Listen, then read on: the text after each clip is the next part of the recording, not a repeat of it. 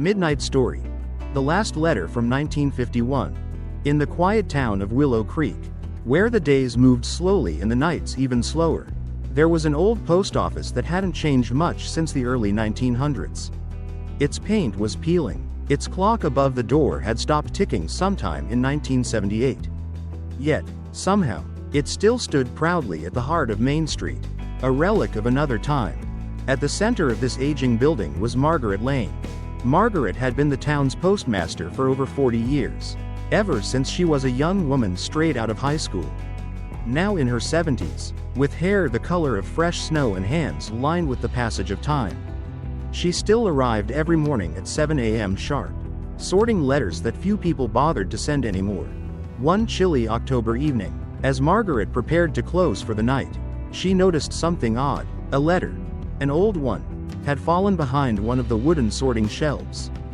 The envelope was yellowed with age, its edges curled, and the handwriting was careful but trembling.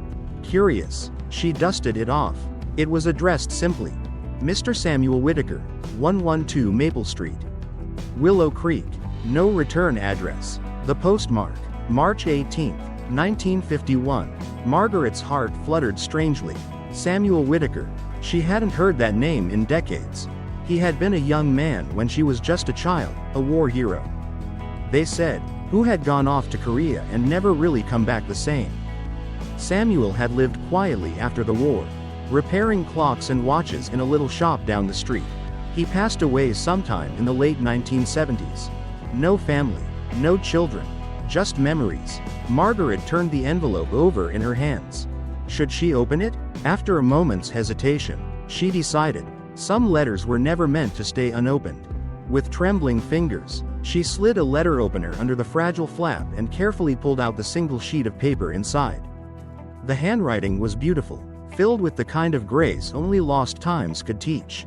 My dearest Samuel, I hope this letter finds you well. I think about you every day. I hear whispers that you may not return.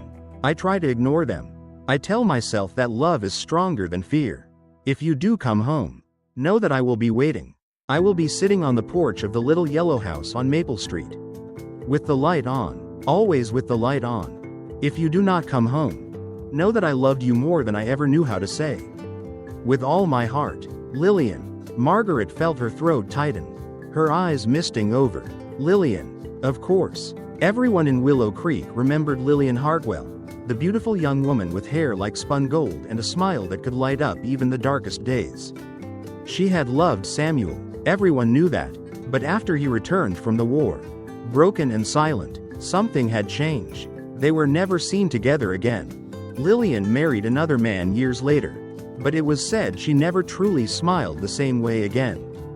And now, this letter, lost, never delivered, a message frozen in time. Margaret sat there in the dim light of the post office, the old clock above her head permanently stuck at 3:17, and wondered, what would have happened if Samuel had read this letter?